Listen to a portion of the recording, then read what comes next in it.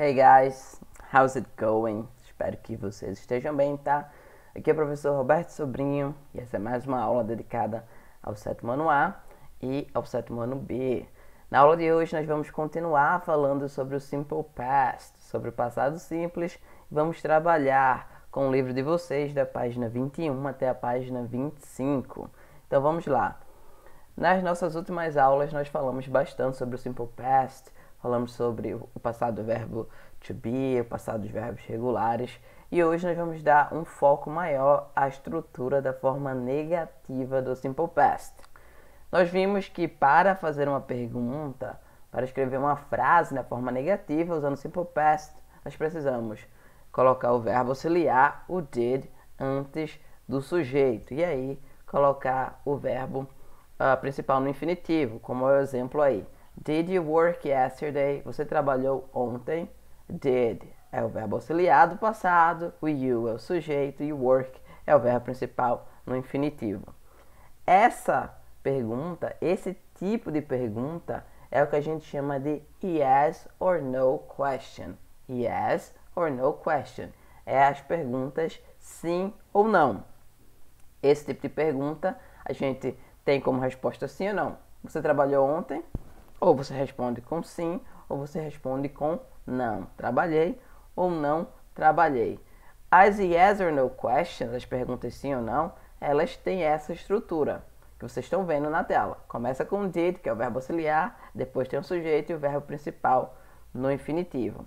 As yes or no questions permitem que a gente as responda utilizando as short answers, ou seja, respostas curtas. Vamos ver aí os exemplos.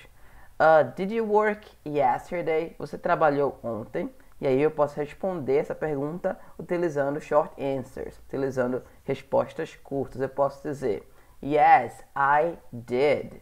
Sim, eu trabalhei. Ou no, I didn't. Então, observem que a estrutura de uma short answer, de uma resposta curta, é bem simples. Você vai colocar yes ou no. Então, yes or no.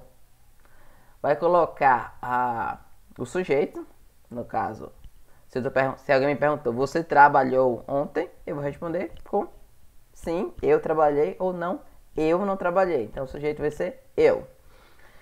E o verbo auxiliar, na afirmativa, apenas o verbo auxiliar, que é o did, e na negativa, o verbo auxiliar mais not. Então, yes, I did. Sim, eu trabalhei. Ou no, I didn't. Bem simples. Yes or no, sujeito, e o verbo auxiliar na afirmativa e o verbo auxiliar mais not na negativa. Outro exemplo.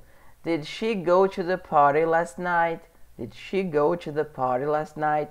Ela foi à festa ontem à noite. É uma pergunta sim ou não. Então, eu posso responder yes, she did. Sim, ela foi. Ou no, she didn't. Não, ela não foi.